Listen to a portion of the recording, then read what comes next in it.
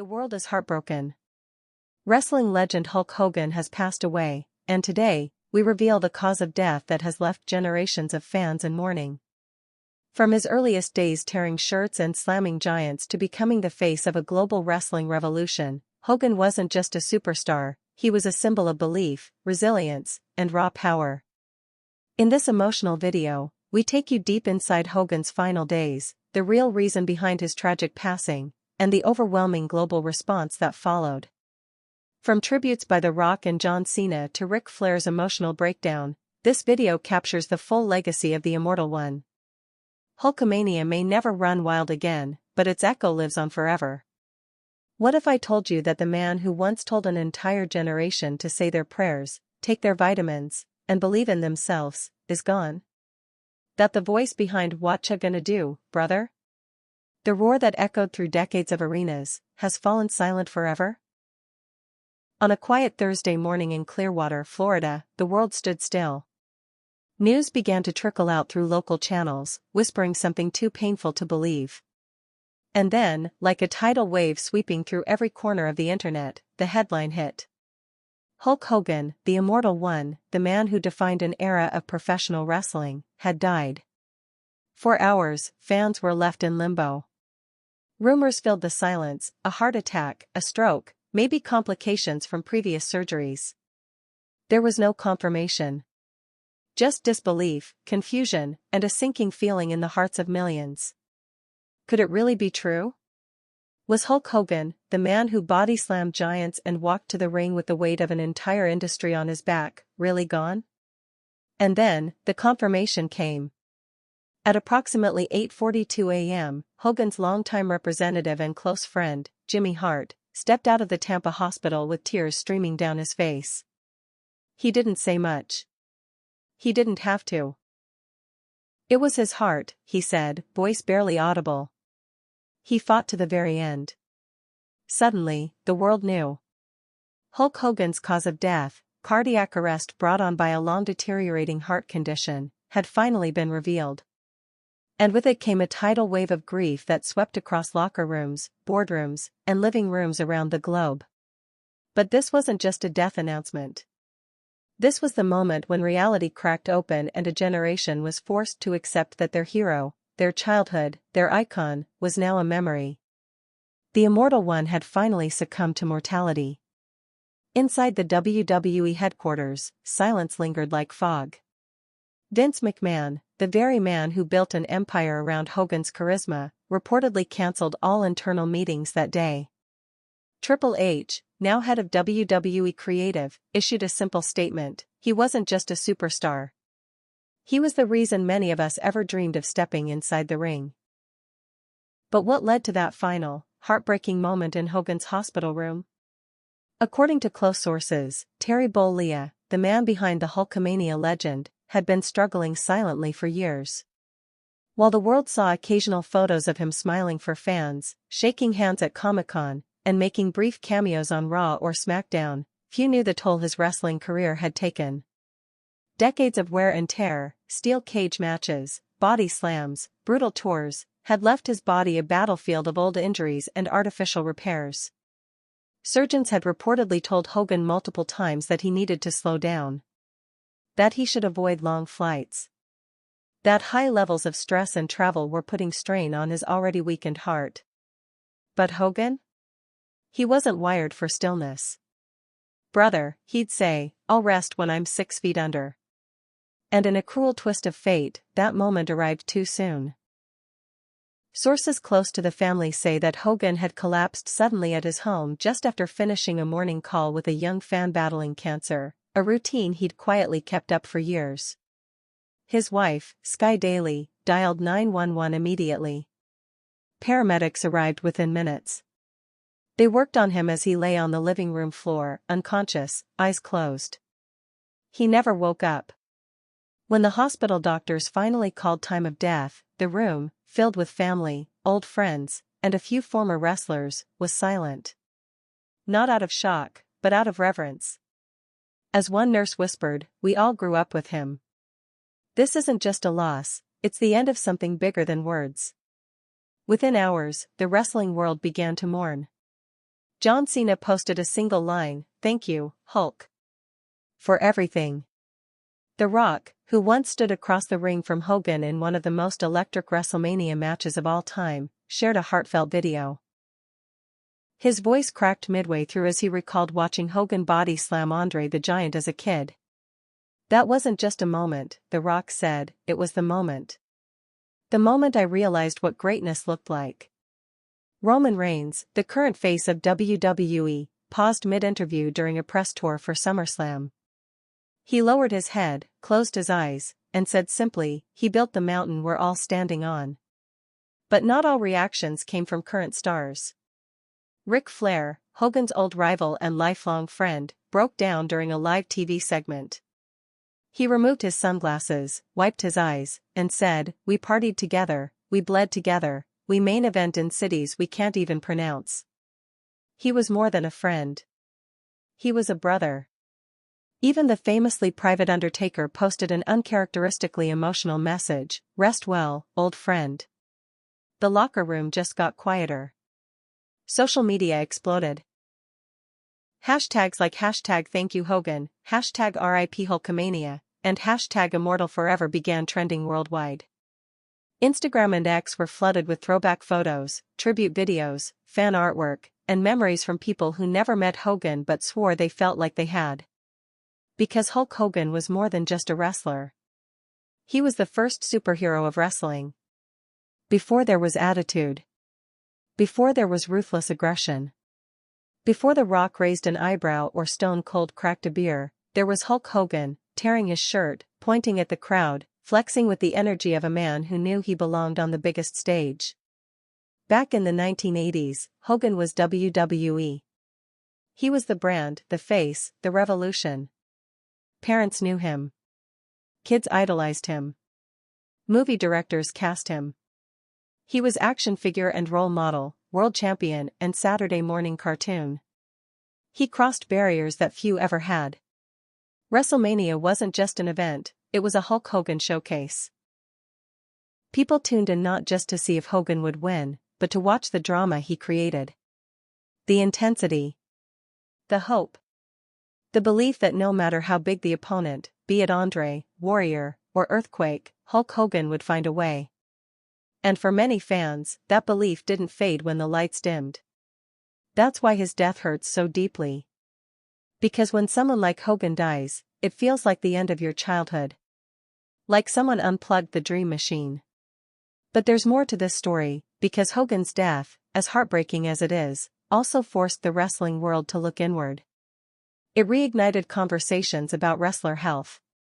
About the physical toll this business takes on its icons. How many more legends must we lose to the brutal legacy of pain, surgery, and silent suffering? In the wake of Hogan's passing, WWE has reportedly restructured parts of its wellness policy. Internal memos leaked just days after his death showed a renewed focus on cardiac screenings, mandatory recovery periods, and even post-retirement health benefits, a system Hogan himself had long lobbied for behind the scenes, especially after his own string of back and hip surgeries. But for all the policy changes, the tributes, and the tears, there was one moment that crystallized the heartbreak.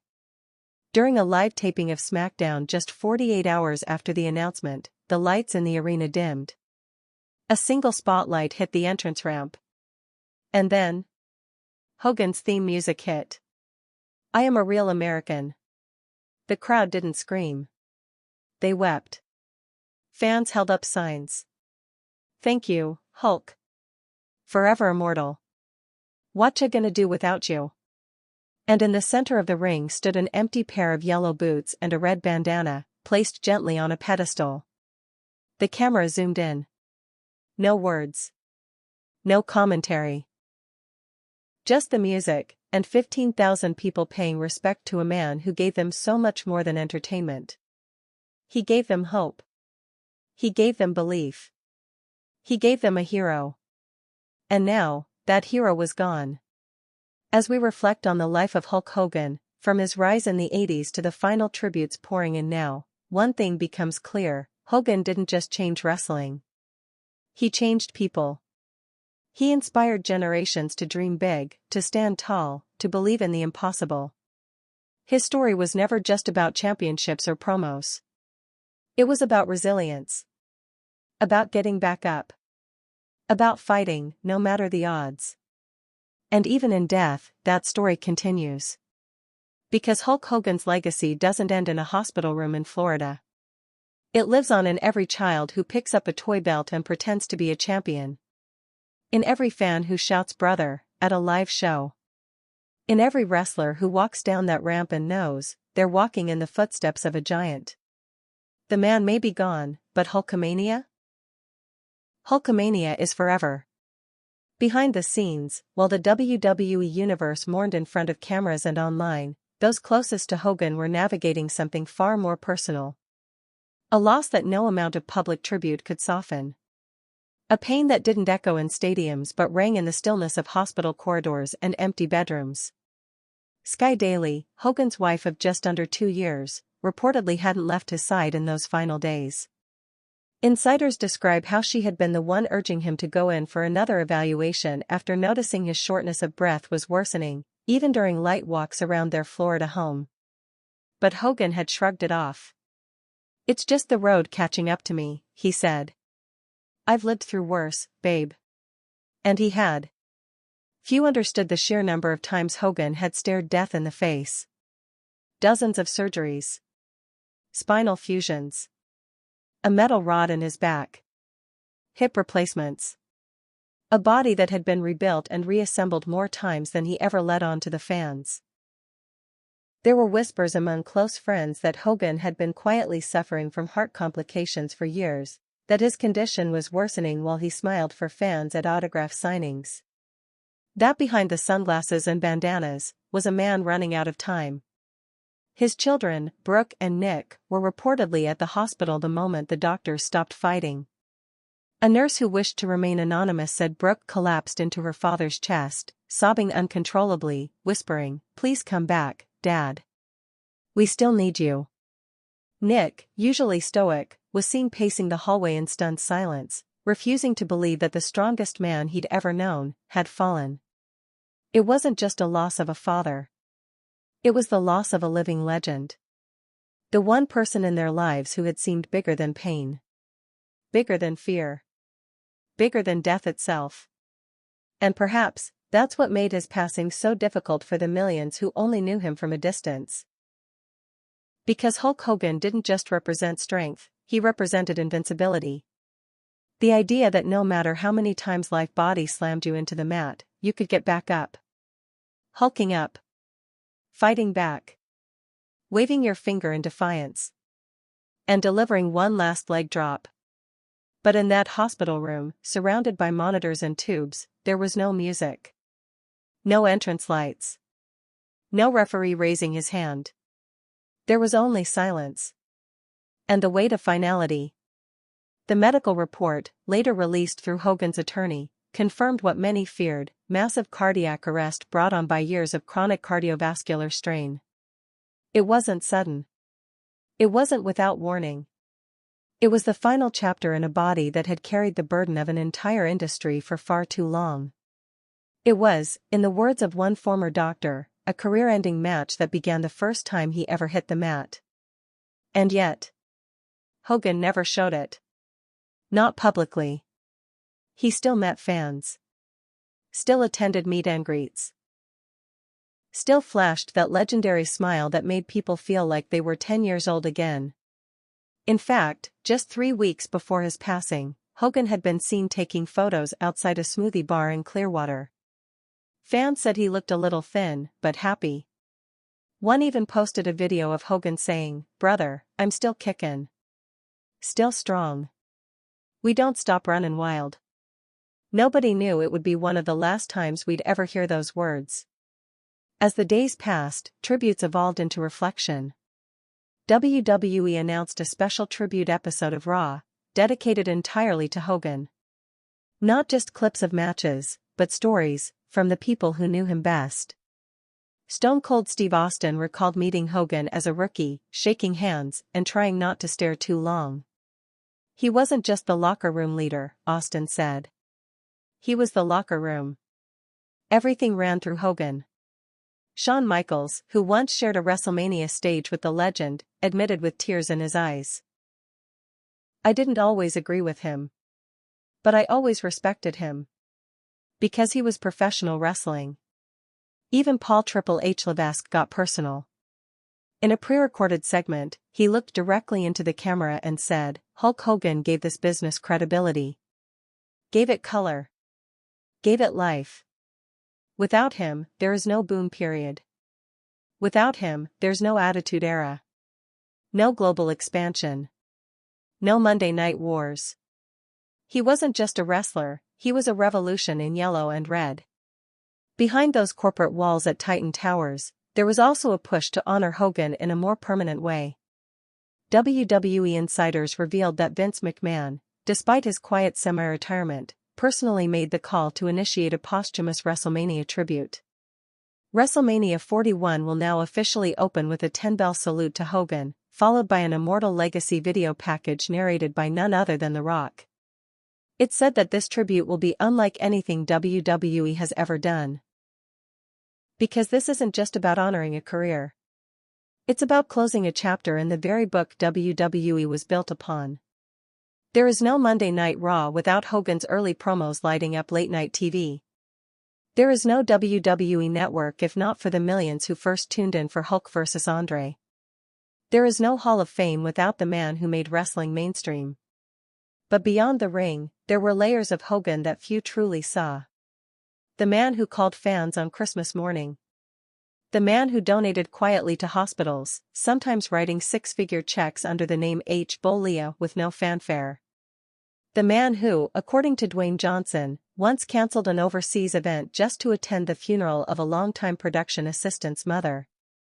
That's the man many forgot when headlines clouded his later years. That's the man being remembered now, not the controversies, not the lawsuits, not the battles off-screen. But the father. The friend. The fighter. The icon.